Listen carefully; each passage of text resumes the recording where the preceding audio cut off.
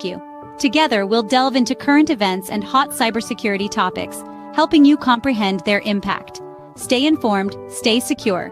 Security Squawk, the business of cybersecurity. Buckle up, let's dive in. What's up, everyone? Good morning. Welcome to the Security Squawk podcast, where we're going to break down the latest, most impactful stories in cybersecurity to keep you and your business one step ahead of these hackers. This week, the digital battlefield, as they call it, is heating up, guys. Major retailers like the Co-op and Marks and Spencer are scrambling after cyber attacks across the pond, which are really wreaking havoc in the UK. A ransomware strike has paralyzed government operations in DuPage County. I think that's in Illinois, you said, Andre, right? Mm-hmm. And healthcare giants are fighting to protect millions of patients' patient records from sophisticated ransomware attacks and data breaches.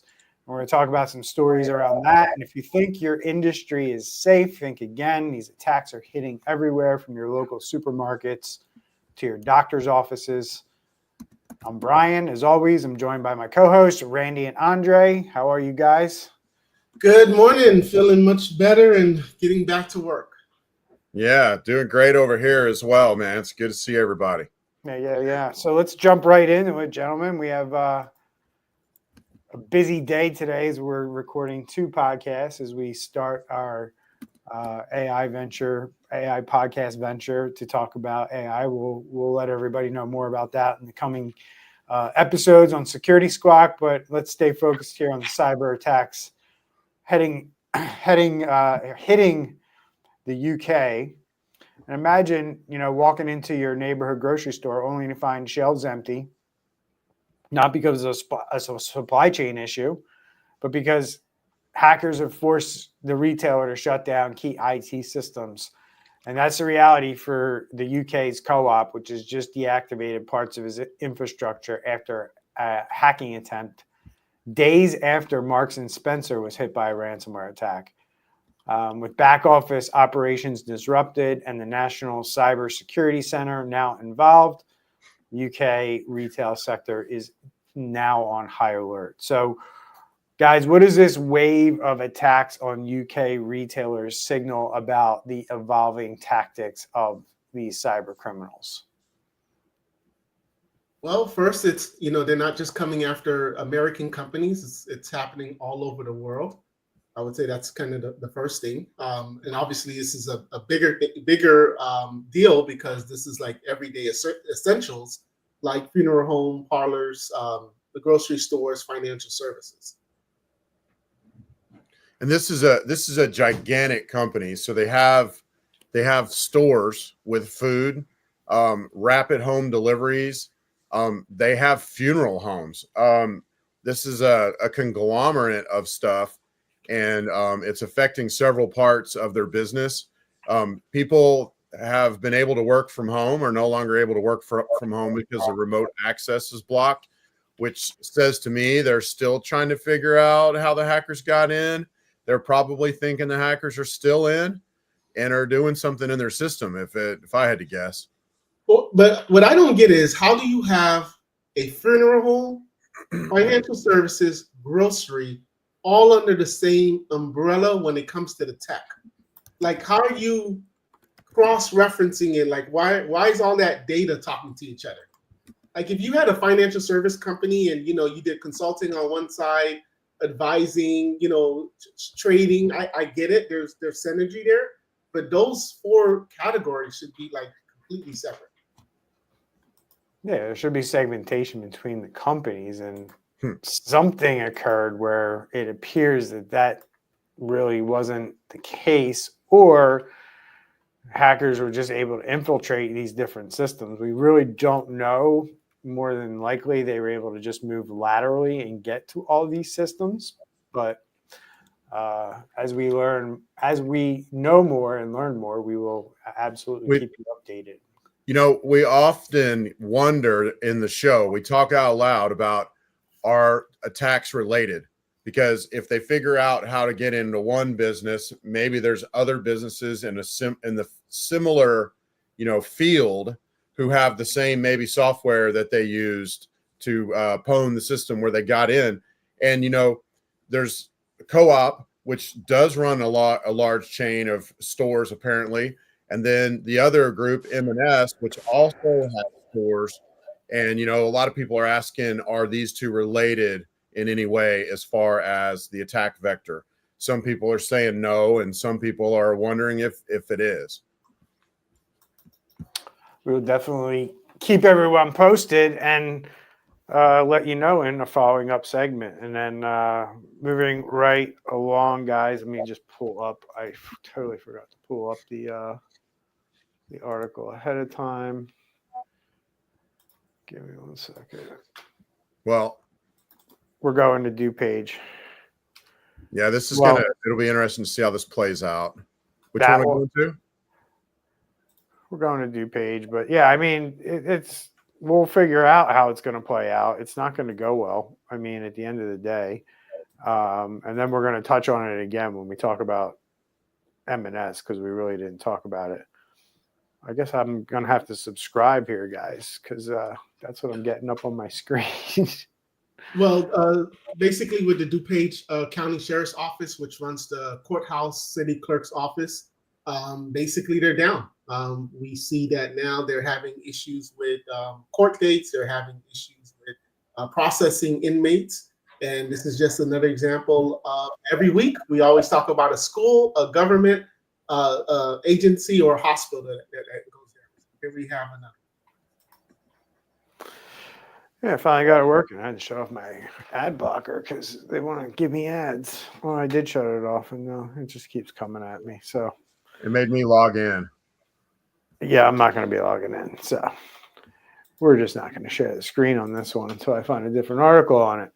That is annoying. So as you said, Andre, ransomware loves to hit these local governments. And as we see here, we have DuPage County in Illinois. Saw its sheriff's office, courthouse systems forced offline by a ransomware attack. FBI has been busy lately with all the municipalities getting hit lately. FBI and Secret Service stepped in while in-person court operations are continuing. Digital services are crippled, and the full scope of the attack is unfolding in front of our eyes as we speak. So let's go. I guess it's interesting because, like, we talked about the Texas city that was hit last week, and we know the FBI is involved with that. Real quickly, let's touch on this we talked a few weeks ago, if you remember, about the Trump administration basically pivoting on the cybersecurity strategy and what they were willing to do and what they're not willing to do moving forward. And to sum that up, they're basically saying to organizations, stop coming to us after you get hit with ransomware. Come to us to get help protecting it so it doesn't happen in the first place. Which right. I like that strategy. I like that thought process. So, what are your thoughts on the role federal agencies are playing now, or how they should play in helping these local governments recover from ransomware incidents? I think the local agencies should go to as a lot of other things, first go to your state. And they shouldn't you can't keep on going to the federal government when you didn't do something right? I don't want to go political with fires and things like that, but nevertheless, I just feel that I think it's a good idea that more pressure needs to be put on the locals government that says, you guys got to make sure that you're doing the right thing and don't come to us crying and asking for money each time you get dinged.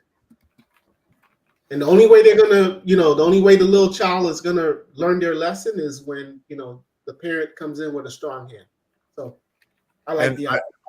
I know in Texas, they have been hearing, cities have been hearing from up above in the state government, you need to be cyber secure. There's now mandates for the cities to have training for their employees.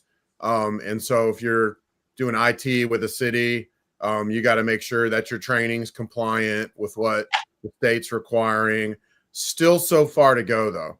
And so many of these cities, counties, especially the smaller ones, that have just a handful of people running the whole deal.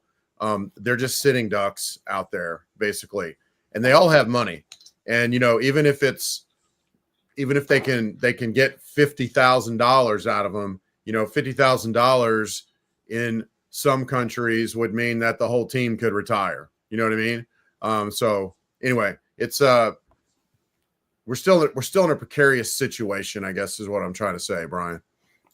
Yep, but I like the direction they want to go with this because it is I would like to live in a world where law enforcement people and agencies like the FBI are not wasting their time on stuff like this.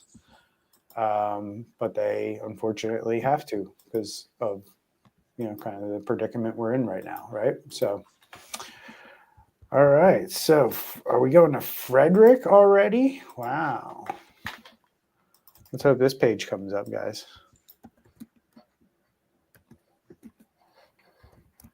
Oh, look at that. It's working. It's working. Technical issues. What's that? Having some technical issues. It's a little slow this morning. I didn't eat breakfast. I'm not pulling the articles up fast enough, so I apologize. Here we go. Healthcare remains a prime target, as I mentioned at the top of the show, for ransomware gangs. And the latest victim is Frederick Health Medical Group in Maryland, guys. And they had a January attack that we covered here on the show and led to the theft of sensitive data from over just under 934,000 patients, which included Social Security numbers and medical records. The breach forced appointment cancellations, facility closures, and even led to class action lawsuit, which I'm sure there's more to come, over alleged inadequate security practices. So I guess the big question is and maybe we can talk about that as part of this discussion, which is our other topic, but what can these healthcare organizations who seem to be very vulnerable to ransomware, what can they do to better protect themselves from these types of attack and or the patient data that gets stolen as a result of these attacks?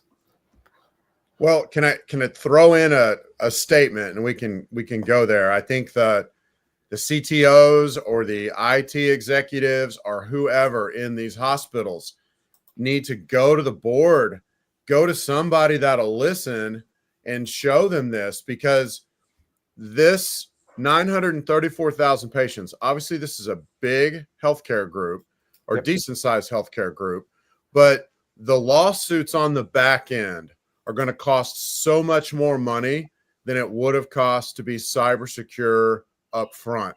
And the data that's been leaked is going to give so much ammo to these lawsuits, because we're talking all the data that you need for a bad organization to go into those individual people whose information's been leaked and extort all kinds of money.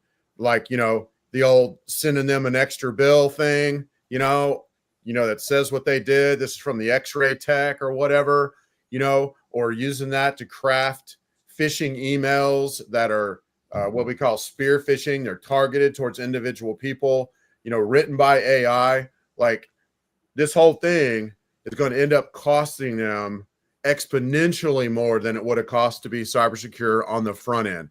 And, sometimes the boards think in money, even in a nonprofit, they think in money terms, bottom line, because you got to have a positive bottom line to survive.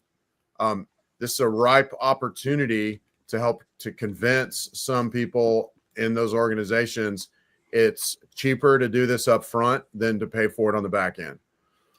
Also, the article mentioned that they're saying that their electronic medical record system was not affected, which is great, right? That's your core system. But think about all of the other, and that's what the everyday employee is using.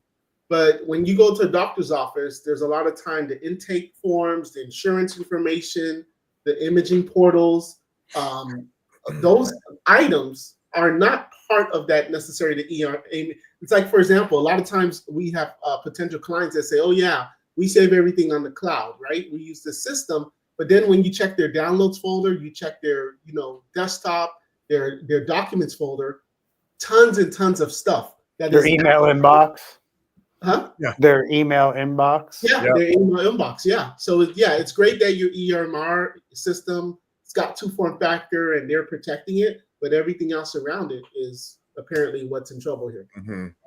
Yeah, what Andre is mentioning there is known as PHI leak.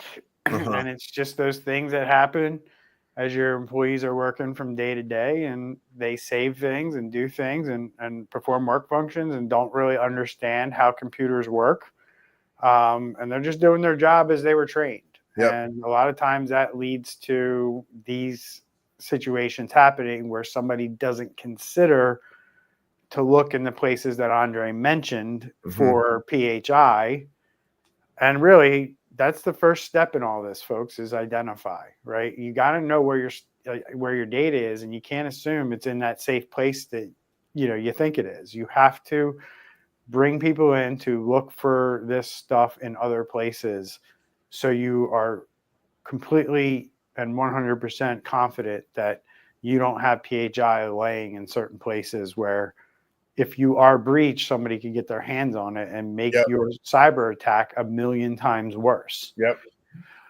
So, Andre, I'm going to throw this one to you because I didn't realize you were talking about a hospital in the Cayman Islands, but I just read this article myself. You go ahead and you talk about it, and I'll give you my thoughts. But go ahead.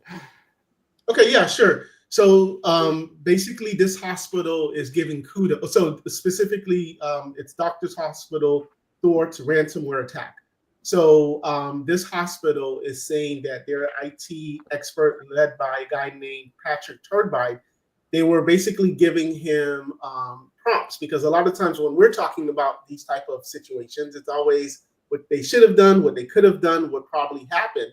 But according to the article, it's saying that, yes, there was a ransomware attack that started, but according to what they're saying that no patient records have been compromised. They gave the guy Patrick a pat on the back, and it's because that all their patient information is securely stored on a non-Microsoft Windows proprietary software, which was not impacted by the attack, which basically means that patient's information was segregated. Doesn't mean that we don't have all this other stuff on desktop and documents, but according to what this is saying, they're saying that because of how their system was set up, they were not able. The ransomware did happen, but patient's information is secure. Nothing to see here, and they are back in business.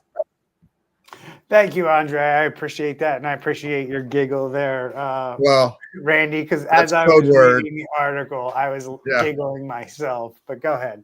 Well, no, that's what he said. Nothing to see here. That's like code language on our show.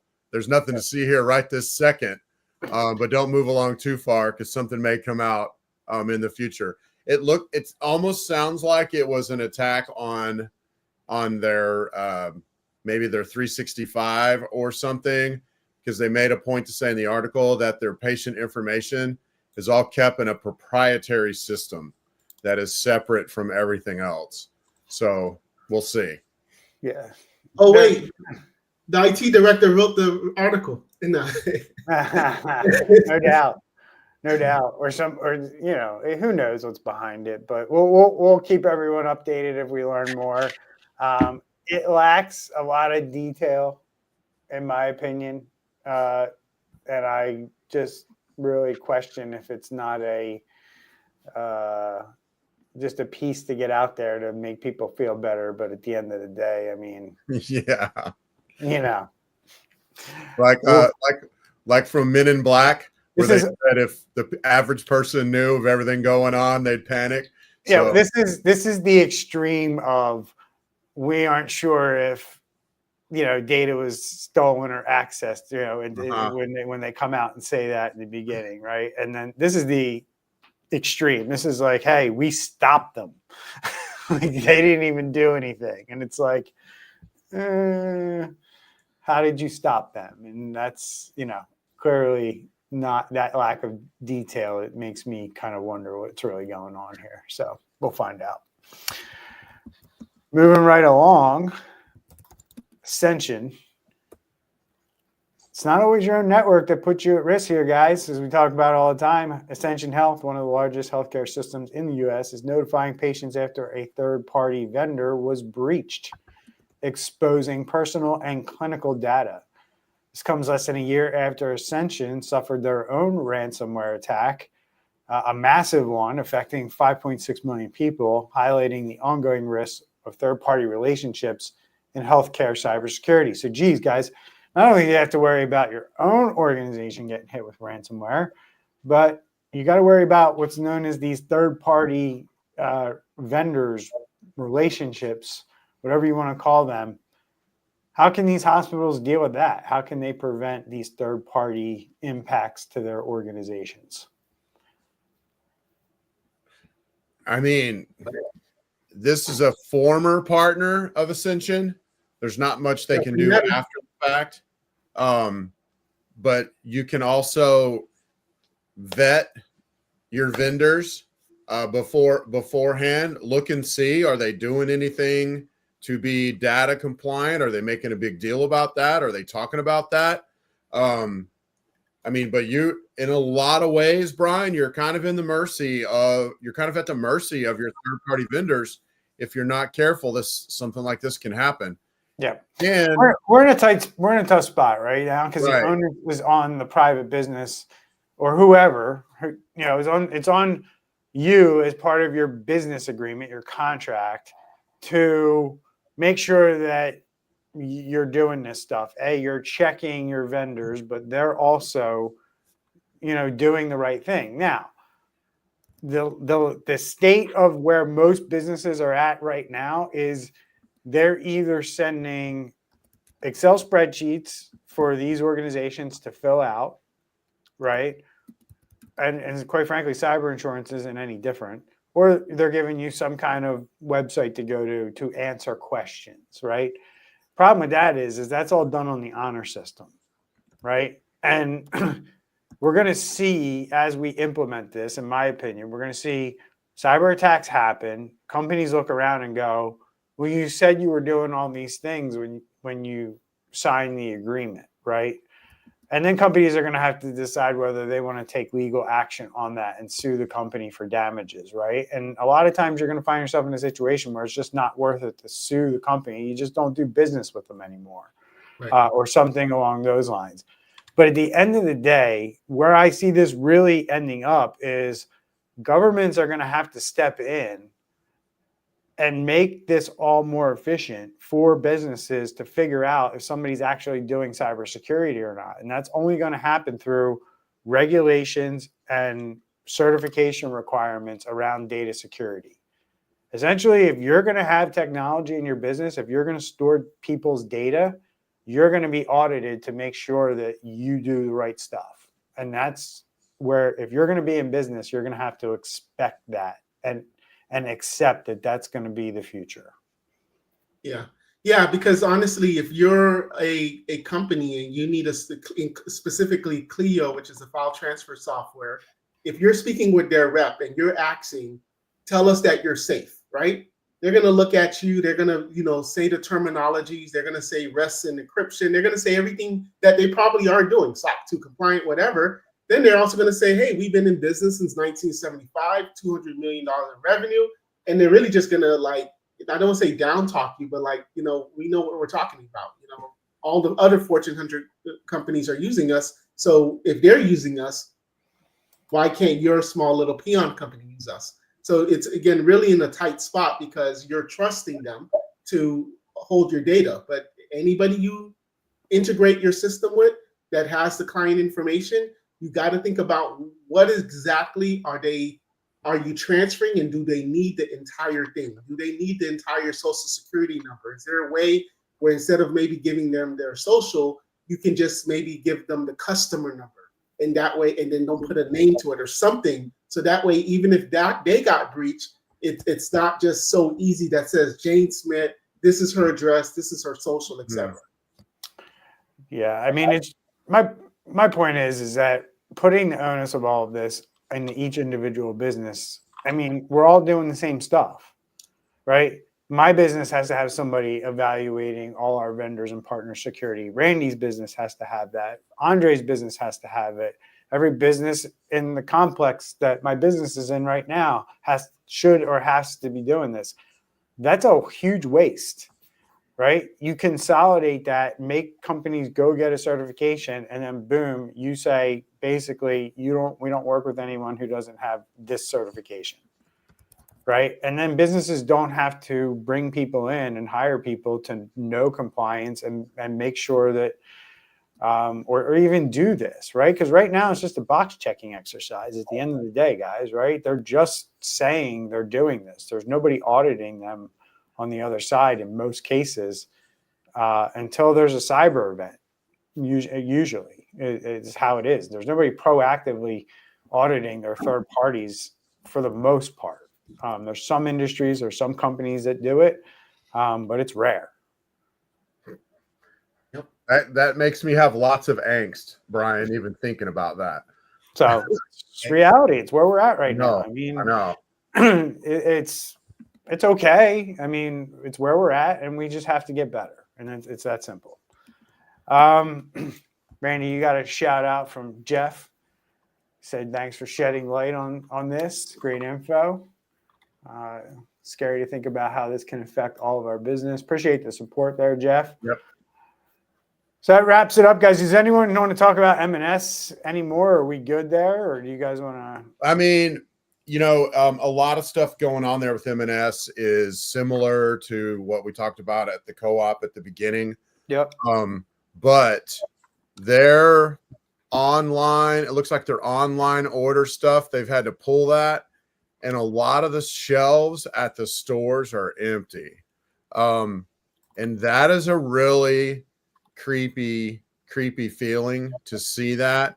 I know a lot of people when MGM Grand, the casino, was down, that was right before that happened right before a giant conference was out there. I've talked to people that were out there, and they said it's like really creepy, when you get all the screens in the business, have weird messages on them, and, you're having to use stairs, or, you're filling out a thing with pen and paper, who knows what. But imagine going into your grocery store, and I think you said this at the top of the show, Brian. Imagine going into a grocery store and like entire shelves are empty, that could cause people to panic and can cause people to get really, really angsty. So that's the kind of stuff that they're dealing with right now. Yeah, plus you're running a risk, right? You have to, whether you don't want to talk about it or whether you don't want to get political or whatever you want to call it, the reality of it is you have geopolitics at play here, right? There's tariffs that are being levied country to country, which is also impacting what's happening on store shelves, right? Mm-hmm. So, sometimes you only need these two things to kind of combine together to make it a real travesty for a particular area of the world, country, or a particular area of a country or a sector. And you have to be aware in this global interconnected economy that we've created in the last 25 years, these are the risks of what we've created. Yep. And also, this is check your cyber insurance policy, because if your business can't have revenue for 3 days, how will that affect you? Yep. All right, guys. So that's it. That wraps up another episode of Security Squawk. We covered these escalating threats facing retailers and healthcare providers, the disruption of government services by ransomware. We don't know the fallout of that yet. I'm always concerned when police and court records are impacted. The critical importance of strong security practices from supply chains to the server rooms. So remember, no sector is immune, and preparation is your best defense, as Randy talked about. If you found today's discussion valuable, please like, share, and subscribe on your favorite podcast platform or wherever you're consuming us. Leave us a review to help others find the show. Stay safe out there. We'll see you next week. Take care.